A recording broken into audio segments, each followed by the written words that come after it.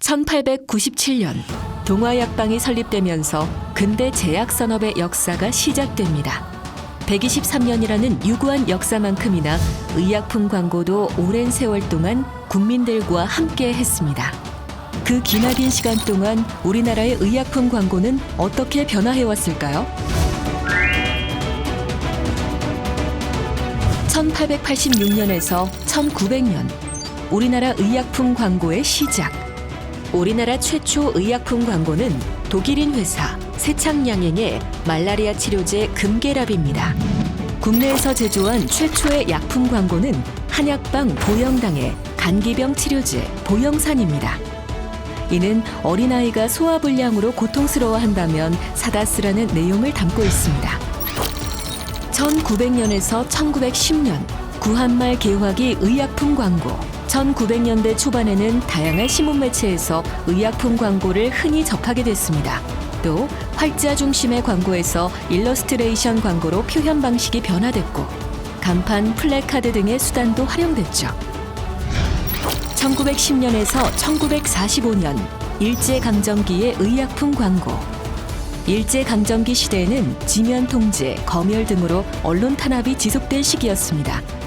당시엔 과장 광고가 난무했지만 의약품 광고의 양적, 질적 성장이 이루어져 광고가 사업의 성패를 좌우하는 요소로 인식되기도 했습니다.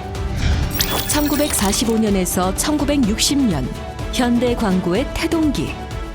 광복과 한국전쟁 이후 의약품의 국산화가 이어지며 본격적인 의약품 광고가 전개됐습니다. 의약품 광고가 상업적 측면에서 전성시대를 맞이하게 됐고 당시 한두 개의 히트 상품만으로도 비약적으로 성장할 수 있었습니다.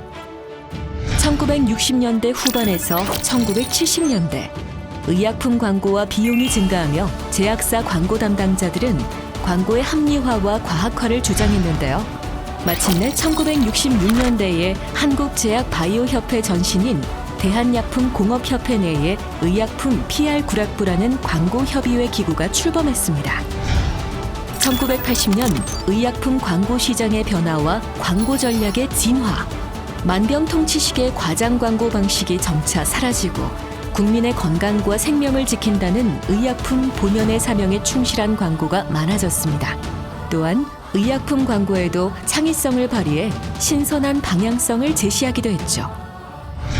1990년 의약품 광고의 규제 강화와 광고 시장의 구조 조정, 의약품 광고 관리 정책과 위반 시 처벌 규정을 강화해 제약 광고의 질적 수준이 높아지던 시기였습니다. 특히 제품의 효능 효과를 직접 묘사하지 않고 우회적으로 소비자들에게 각인시키려 노력했고 시리즈나 캠페인 형태의 장기적인 광고도 많이 등장했습니다. 2000년대 이후 진료는 의사에게, 약은 약사에게라는 의약 분업이 시행된 이후 의약품 광고에 큰 변화를 가져왔습니다.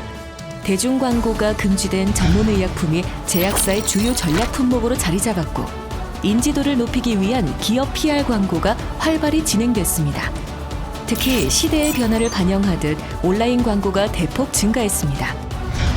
의약품 광고의 미래, 가야 할 길.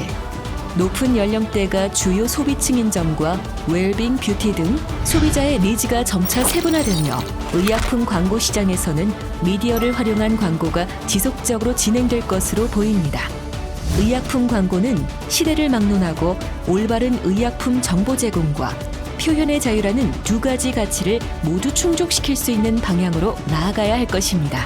제약 바이오 산업은 대한민국의 미래입니다. 한국제약바이오협회